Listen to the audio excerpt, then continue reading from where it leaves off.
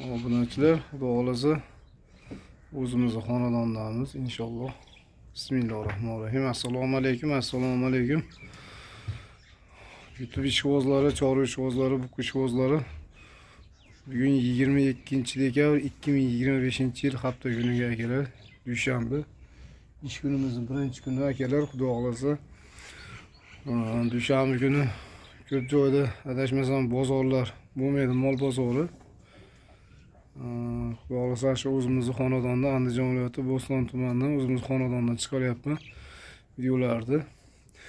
Yem tayyorlash haqida qisqacha bo'lsa ham ko'rsatib o'taman akalar. Xudo xolasa yemlar qanaqa tayyorlab beryapman, shularni ko'rsatib o'taman sizlarga. Hozir bu qo'llar ko'rsatyapman. Laykni bosib turib poddesh qilib qo'ysanglar, mana akalar, ikkovi xunachi. Mana o'zimizni sigirni bolasi qolgan. Xudo xolasa bo'g'oz. Yaxshi semirdi bu, ko'z tegmasi. Mana yaqinda olganim. Bir 15 kuncha bo'ldi adashmasam. Ular o'zimizni mesni buqalar bir qator ko'rsatib o'tyapman. Mana kelar. Ular katta variantlari.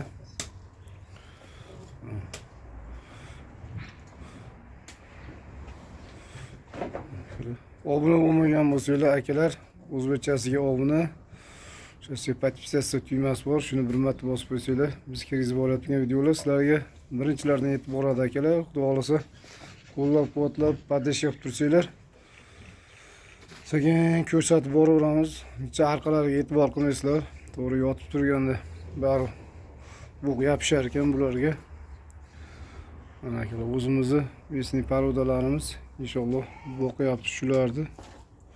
Akalar, qanaqa savol javoblar bo'lsa akalar kommentariyada qoldiraverasizlar. Qo'ldan kelgancha javob berib o'tib ketaman. Akalar, mana xudo xolasa qishda 22-dekabr уже mana salafanda o'ragan yo'man hali ham. Mana ochiq turibdi. Salafanda o'ragan, dimlanib turgan mol qanday semiradigan akalarimizga akalar shuni guvoh bo'lyapman. Xudo xolasa mollarni o'zgarishi yaxshi ketyapti hozir mana shu kattalarda. Bular jicha o'zgarmadi. Bahorda oldik bularni. Zoti ham qanaqadir bunaqa ekan, o'zgarmadi. Endi mana olganlarim yaxshi ketyapti. Xudo xolasa akalar. O'tkali kim obunachilarimiz, eski obunachilarimiz bo'lsa, o'tkali boqqan buqalarimiz akalar. Mana shunaqa havo darajali sovuqdan salafanda o'raganman akalar. Molxonaning ichi dimlanib ketardi. Mana hozir shu porsiyalar bekitib qo'yganman, shu ikki eshikni bekitganmiz. Shu bilan bo'ldi. Mana. Bu yil umuman bekitmadik. Yani shu ochiq turibdi, shu porsiyalar bekik holatda. Shu ikki eshikni bekitib salafon tutib qo'yganmiz. Bu tomon oldi ochiq mana. Hidi yo'q, xudo xolasa inshaalloh. O'tgali hidlanib va saynan olib ketadi. Mollarni zaharlanishga olib kelar ekan, keyin o'zgarishi sekinlaydigan. Shu mollarim ancha kunjara yegan, lekin kun isigandan keyin bahorga chiqqandan keyin o'zgarishni boshlab ketgan. Ungacha o'zgarmagan mollar. Dimlanib qolgan ekan ancha. Mana bir yil 2 gradus, 3 gradus minus bo'lsa ham bekitgan yo'qman. Salaflar umuman tutgan yo'qman bir yil. Ajomas, xudo xolasa mashinada ketsa salaflarni tutumman. Havo agar 7, 8, 10 gradusgacha minus bo'ladigan bo'lsa keyin tutarmiz. Ungacha yo'q akalar. Hidi bo'lmaydigan mollar hidlanmasdan yotar ekan, shu tomoni yaxshi ekan plyusga akalar. Qishda mol semirami deganlarga akalar, qishda mol semirar ekan, men guvohi bo'ldim. Xudo xolasa qishda mol o'zgarar ekan, sharoit qilib qo'yish kerak ekan. Bu salafan tutib issiq tutaman deganlari mol zaharlanar ekan akalar. Shu iloji bo'lsa, salafan tutganlar bo'lsa akalar, hali ham kechmas. Kechasi ochib qo'yinglar salafanni. O'ta sovuq bo'lmayapti. Kechasi ham mollar ham bir cho'lolib yotibdi. Hech qanaqa muammo bo'lgan yo'q. O'ta sovuq bo'lib ketsa keyin tashab qo'ysanglar bo'laveradi. Gazlanib ketib qolar ekan, masalan bitta ikkita mol bo'lsa bilinmaydigani, 7-8 ta mol bo'lsa, hammasi kechasi siyadi, chichadi, axlatidan gazlini qilib chiqqandan keyin mana ichkari salafman bekilgandan keyin aylantirib hid o'ziga urar ekan. Agar dimoxod bo'lmasa вообще ekan. Agar dimoxod bo'lsa tortib ketar ekan. Bizga dimoxod yo'q. Endi xudo xolasa yildan dimoxodlar qilamiz 4 ta. Xudo xolasa kuzatib olib, yem tayyorlashni, qanday tayyorlashni ko'rsatib o'taman sizlarga bu qolardi.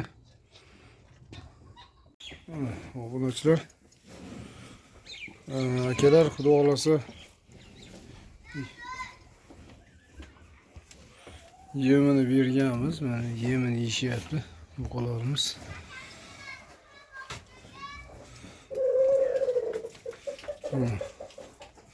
Hozir akalar yem tayyorlashni o'rgataman sizlarga. Mana joylaringiz bo'lsa, bunaqa salafanni, linonini tagiga sog'olasizlar. Akalar, shu 8 ta molga 3 kop silyoz tashiyman. 3 kop silyoz, 3 kop silyoz, 1 kop somon. Bularni etap-etap ko'rsatib boraveraman. Obunachilar, ichiga tuzgacha solaman. O'zimizni tuzlardan bir pachkaning yarmini solaman. Mana shunaqaga. Tuzlarni ham solamiz. Kuzatib boringlar videolarimizni. Sizlarga etap-etap o'zim ko'rsatib boraman. Buna qilib mashq holatda bo'ladi. Mollar yeb, tozalab yeb bo'ladi. Hozir bularga 1 soatdan keyin suv beramiz. Suvgacha ichadi.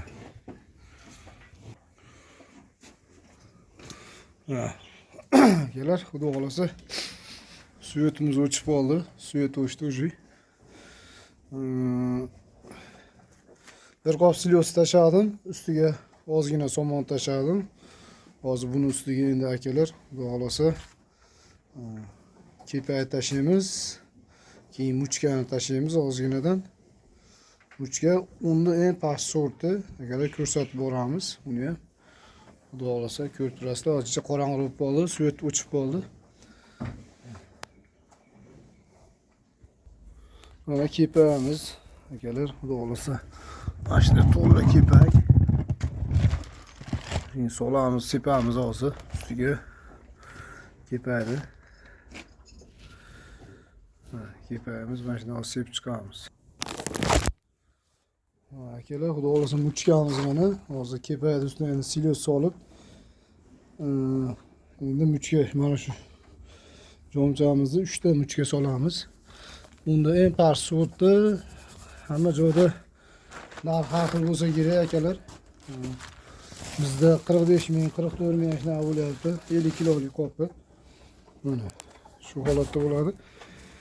Endi buning ustidan akalar somon solamiz yana.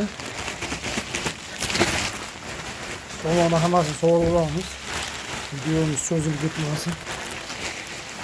Somonni hammasini solamiz. Keyin yana 1 kop silyozdan torib, kunjara sepamiz hozir. Bitta hozir tuzimiz bor, tuz ham solamiz akalar.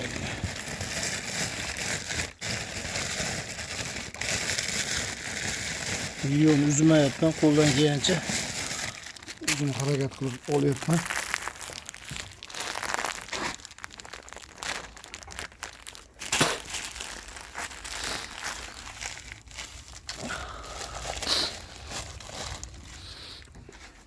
Mana shu bir pachka tuzimiz akalar. Mana shu 20 ta pachkasi 19 ming, 18 ming har xil bo'lyapti. Mana shu yarmini solasizlar. 8 ta molga mo'ljallaganman akalar. Mana. Bunga tuz solinadi. Tuz solishning sababi akalar, mana yeb bir-biriga kiyishib, mazali bo'lib qoladi. Mollarga ham yaxshi bo'ladi holati, yeyishi ham yaxshi bo'ladi. Mana endi buni ustidan hozir yana kepay sepamiz. Mana kepayimiz qolgani. Keyin kunjara ham sepamiz. Hozir kunjarani ham solamiz.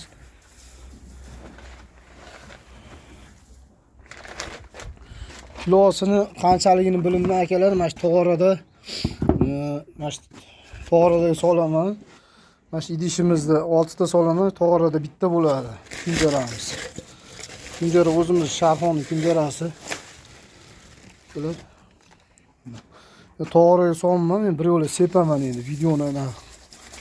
Mana shu yerdan mana sigillarga endi kimdadir aralashadi moli.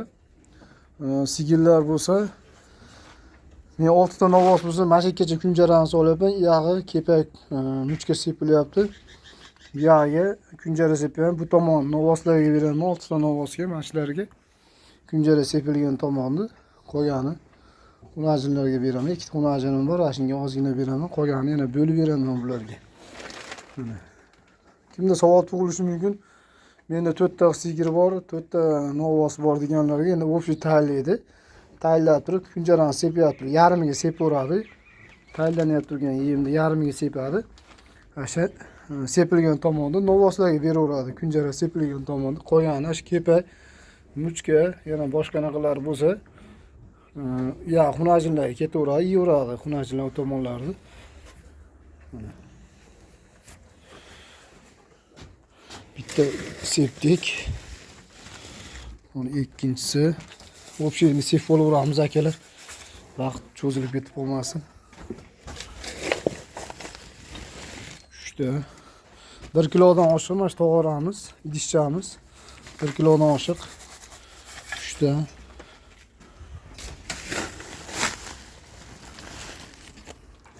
To'rtta. Aytmoqchilik 5 ta solyapmiz, 6 ta novvosga. 5 ta solyapmiz, 4 ta.